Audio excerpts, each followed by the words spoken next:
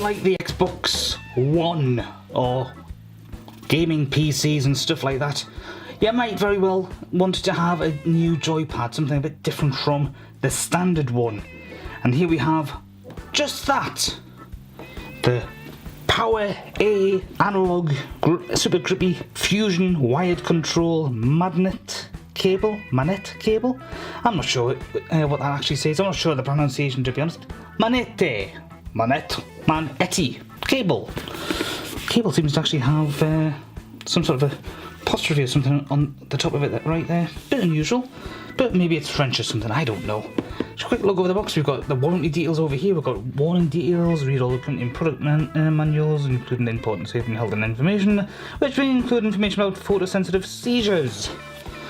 A kind of warning on a joypad? Well, I suppose they have to cover the bases. Fusion! And of course, we've got all the stuff in the back. We've got the logo here, which looks a bit like a power button in some regards at certain angles. You can then see the coloured version right there. I think I need to redo my logos a bit. I've got some ideas in mind, but now's not the time for it. Let's just see what's on the top. Just green. Now the thing is, it kind of looks like an official product, but I'm not really sure if it is. I mean, it's got the Xbox graphics and whatnot, but I don't see Microsoft written anywhere. I'm assuming it's got to be PowerA, whoever they are, for Xbox. For Xbox? Yeah, it's one of those multi-language things. Let's put the same box out and just keep it at, keep it vague as to which language it's actually meant for, which market it's meant for. We'll just put different languages on and just, treat it that way. We'll be cheap. We'll cut costs on the corners and whatnot. Or cut corners on the cost even. One of those days my tongue just does not want to work. But we can also see that it's got these nifty interchangeable analog sticks. Now I've heard a bit about this, but I've never actually tried anything like that myself, because I've always just gone with the standard Xbox 360 gamepad with the wired controller. I'm just having a little trouble getting this out. Is it because of this thing here? Yes, it is. Oh, it's also sealed. Alright. Well, what we need to do is we need to get this out of the box. I've got a handy little screwdriver right here. This ought to help make absolutely no problem out of that little bit there. Can we get it out now? Yes, we can. Oh, thank goodness for that. Now I'll just put this box down to one side carefully. Yep, that's nicely done. Right, quick look inside. We've got plastic stuff on the top. Everything's obviously contained behind this little sheath. We've got the analog sticks here. We've got more analog sticks here by the looks of it.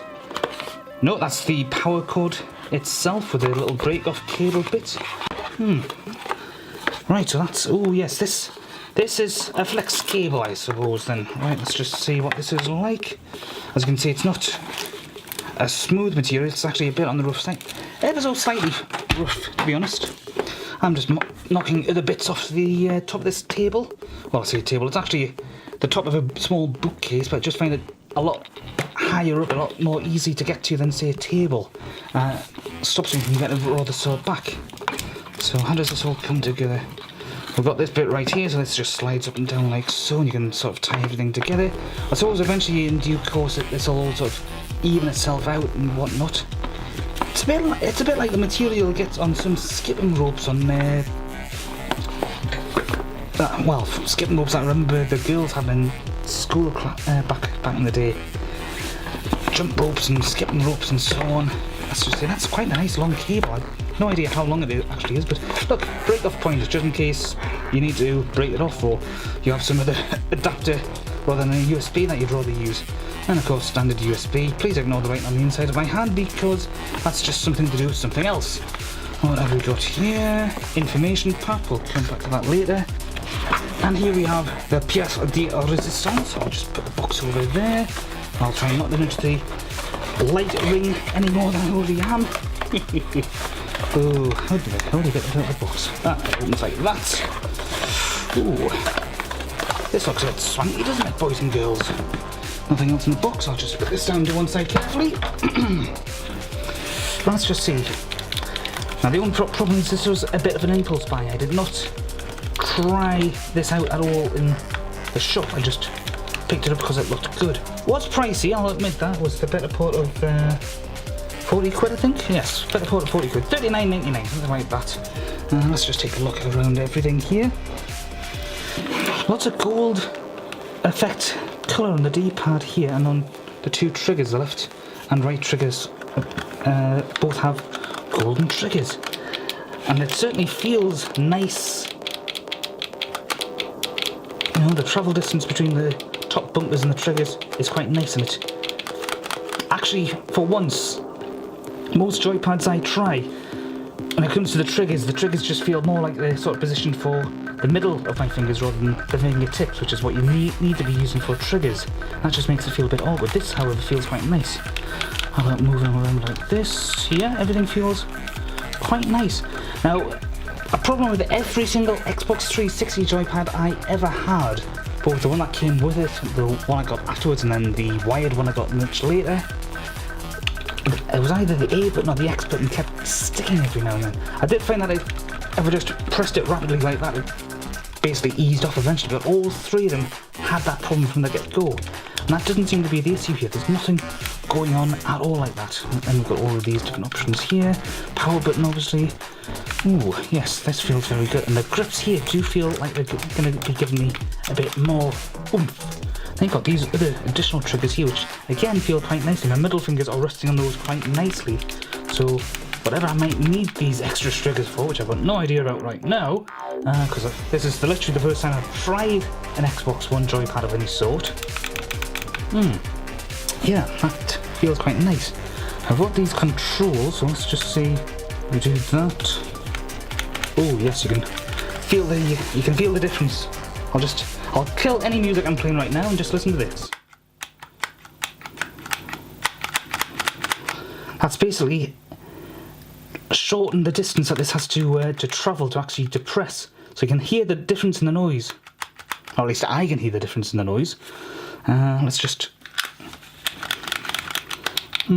Obviously that's down to personal preference, but I'm easy either way, as the saying goes.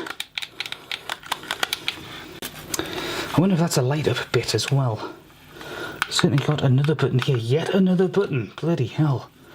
And then obviously there's the D-pad bits here, which apparently can be unscrewed and replaced with these. So these must be the slots for these, are home for these, so that you can keep them all nice and safe. You can just replace them as so. So are these a sort of screw-on job? No, it looks like there's some sort of push-in job. So let's just see, can I pull these out safely? Yes, I can. So let's just give it a go with one of these smaller ones, just to see what I make of that. But that's somewhere safe. Oh, that's higher up. That's higher up for a start. So yeah, that's more like adding on a joystick all of a sudden. Debatable which I prefer, because having that there basically means a bit more travel time to get to the buttons, but I don't always use the camera that much, and that's the camera one. So let's just switch these over like so. It's a little... it likes to move. It likes to move it. Might be a better way to move that. Yes, that's probably going to be better to have on the directional analog stick. Whatever the proper term is nowadays. When I was a boy, these things were called joypads. Nowadays, people call them controllers. Damn millennials. And of course, the Atari fanboys are probably still mourning the loss of the one-button joystick, but that's going back way too far. Yeah.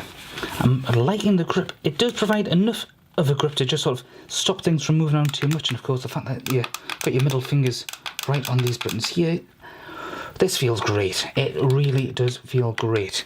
Let's just try one of these. Are these as high as the others? No, these are lower. They don't have quite the same height to them. But the main difference... Whoops. See how these are sort of concave, and I think these are... Is that obverse? Well, they're the other direction. Instead of inwards, they're outwards. We'll just call them outwards for simplicity, because I don't know the proper term. Yes. Having a little trouble getting it in. That's what she said. And that's debatable. It's an odd feeling, because I'm used to feeling my thumb resting on the inside rather than on the outside. So despite the grip that you have, the grip texture, it does feel like there's a bit of potential travel for your thumb. Like it could be going off at any second, whereas with this being concave, the inward feel, and obviously the rim going around, you feel a lot more secure, like things are just going to sort of stay where they should be. Let's just take a look at what else we got here, because this is the information pack. We don't need no stinking information pack. Oh, we've got stickers. We've got a Snapchat sticker. We've got the logo, which I'll probably find somewhere to put if I really like it. And then we've got the user manual. We've got an information guide with the legal disclaimers. Anything good? Various different languages that are on the box. Oh, there's an Australian warranty statement as well, which is a bit different. This seems to be the English side for the most part. So we've got manufactured by, additional legal, FCC statement, motion warning, Australian warning, warranty statement, and then it's also doing the same thing in French, I assume. Alright, we'll just put that to one side, and we'll just take a look at the fine manual, which I will probably drop. Oh dear. So, we've got all the obvious stuff, including the 3.5mm audio port. You hear that, Apple? It's a 3.5mm audio port. I don't know why I'm angry as I don't buy your product, but never mind. Alright, oh, those are actually locks. Right, okay, that's interesting to know. Left Pro Gaming button LP, right Pro Gaming button right P. All the obvious stuff that you would need to know. View, menu. Whatever happened to start and pause? Status LED. I'm guessing that must be some kind of separate power light altogether, because that's what it's saying it is. Don't think it's actually going to focus properly though. Setup. With your Xbox One powered off, connect the Fusion controller by plugging the USB cable into any available USB port on your Xbox One. Okay, with the Xbox One powered on, connect the Fusion controller by... when it's on or off. Make your minds up. There's options on resetting, assigning the buttons, using the quick trigger locks to lock the triggers. I thought it was just controlling the distance travelled.